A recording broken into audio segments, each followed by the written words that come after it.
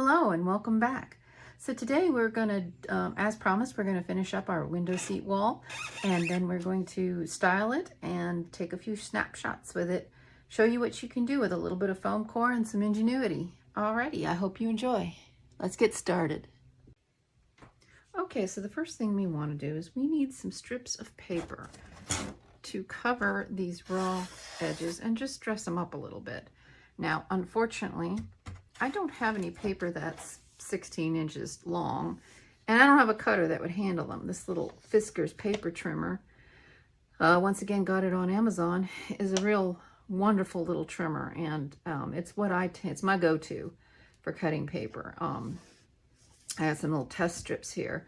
We know that the foam core is 3/16 inch wide, so on this little cutter, this tiny little mark right here is about the width we need. So we're just going to line up the edge of the paper and drag the cutting head, and voila. You have a piece that should fit with the edge of our foam core. So let's just set this aside.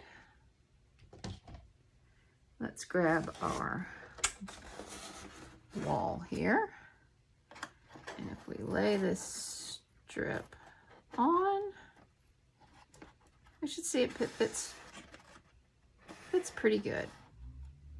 And as you can see, between the raw edges and this, it really dresses it up and makes it look just a little bit more polished and finished. So I'm going to go ahead and cut a bunch of these strips and start gluing them down. Okay, so what I'm doing is I glued this and this first, and you can already see what a difference that makes in cleaning it up and just making it look more polished. So I did that because I know I don't have 16. I've only got about 11.5. This is like almost like standard printer paper size. So it's only going to go up so far. However, most of the time my images are going to be fairly cropped down. So leaving a little seam up here near the top isn't going to be as critical as if we had, you know, a seam that did not look right near the bottom. So obviously for this, I'm going to need a double wide strip. So I would cut those and glue them on. And what I'm using my trusty Fabri-Tac. If you watched the first video, you know I've talked a lot about this stuff. So what I do is I apply the Fabri-Tac to the raw edge, and then I lay the paper over it, and I put my fingers on either side and just kind of run them up and down, and that helps line the strip up so that you get this nice finished clean edge. So let's go ahead and continue gluing, and we'll come back and take a look at what we have. So for these small open areas right here, I always intended to close them in to give this a more, the bookcases just a more finished look. You know, some bookcases have a nice sturdy base. So my intent was always to just cover that up. So I just cut some pieces of that cardstock paper that I'm using to trim it all out with, and I'm just using it to finish that space off and give these shelves a little more substance and a more polished look. So now if I was, the cardstock's pretty sturdy, so but if I was really trying to do this, I suppose, right, I would have put a little support on this side where it's just kind of hollow. Don't know how well you can see it, but like on this side, I would have put a little support here. But because of where it's located and the fact that it's just a prop that I'm going to be trying to take care of, I'm not going to worry too much about that little detail. So I'm going to get back to gluing this together.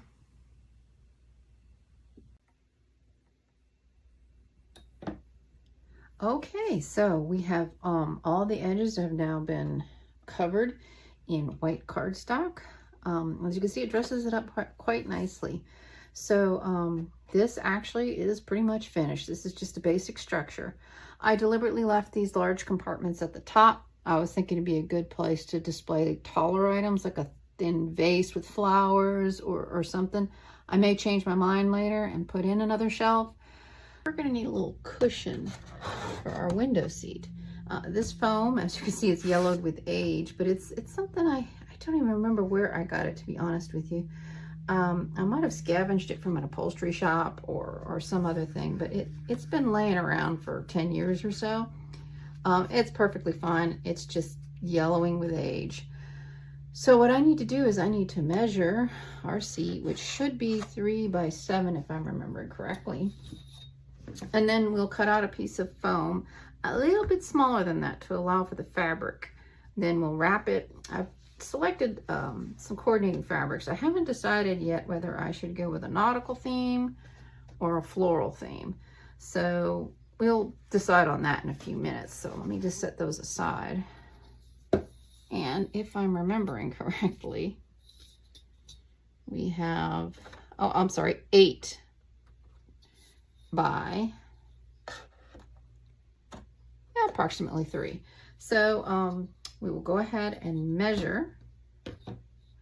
There is a factory edge to this foam. Let's see if I can get a, so this is more or less a factory edge right here. Fairly straight corner there.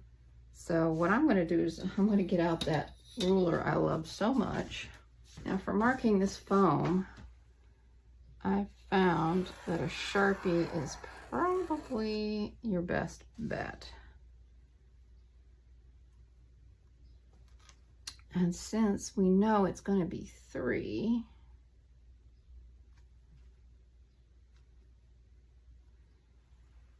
I'll just use the width of the ruler to guide us here.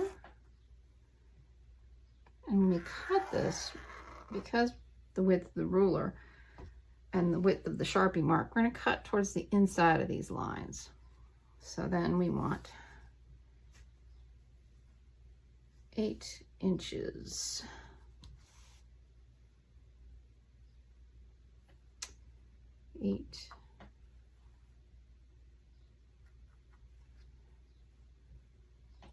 I'm gonna line up.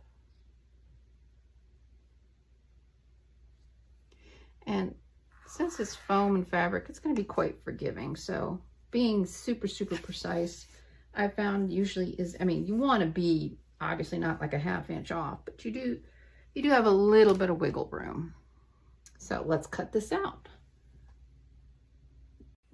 So here we are with our fabric, or our foam cut out, and just regular scissors will do it. And this foam is about a 1/2 inch thick. So it fits in our window seat pretty well. So I think, since I don't have enough little tchotchkes and things to go with a nautical theme quite yet, I do have some miniature shells that I ordered on Amazon that would look really nice in that sort of decor. But I don't have, I would probably want something like a little lighthouse or dolphin or something to sell, or some rope to sell the nautical theme, but I don't really have that. So these are called fat quarters, and you can get them at Walmart or Joann's Fabrics or any place really for just a few bucks. And they're really the perfect size and weight for crafting for Barbies. Things like pillows and even clothing, really. Just a good cotton fabric.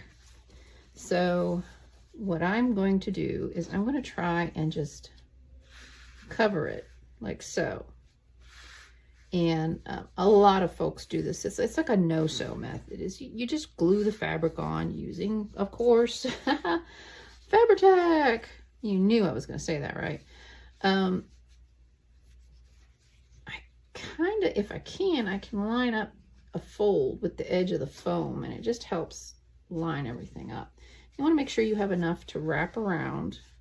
Don't worry about it being straight. Nobody's really going to see the bottom. Like so. And that will give us plenty. You want to pull it snug, not so tight it buckles, but you want to get it pretty snug. And then we can just kind of wrap it like a present. So first thing we want to do is get some of our Fabri-Tac here. And this is what Fabri-Tac was really designed for. So we're going to kind of line it up at the edge there. Gets a decent amount on there. And you're going to just press and hold.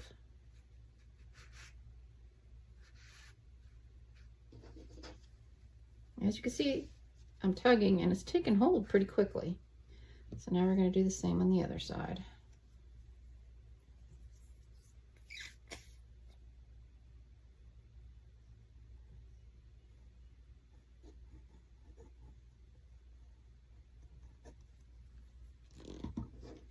And we're just going to take it, we're going to give it a nice tug so that it's nice and snug, but it's not causing the cushion to warp or buckle in any way.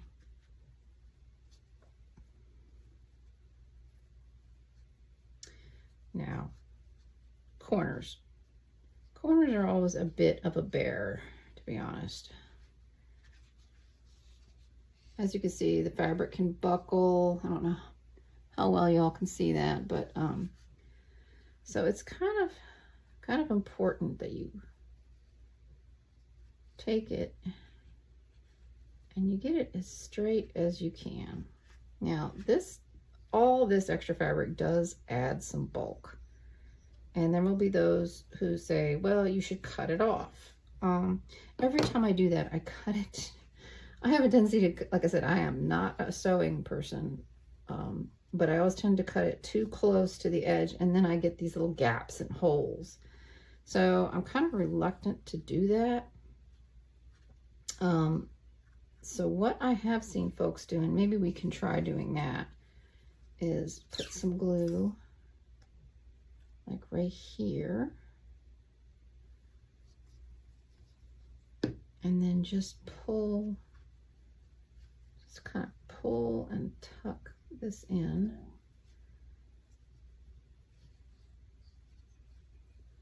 And glue it down.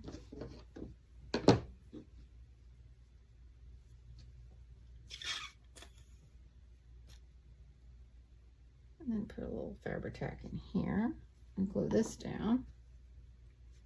I'm just kind of pulling it so it tries to snug up right there,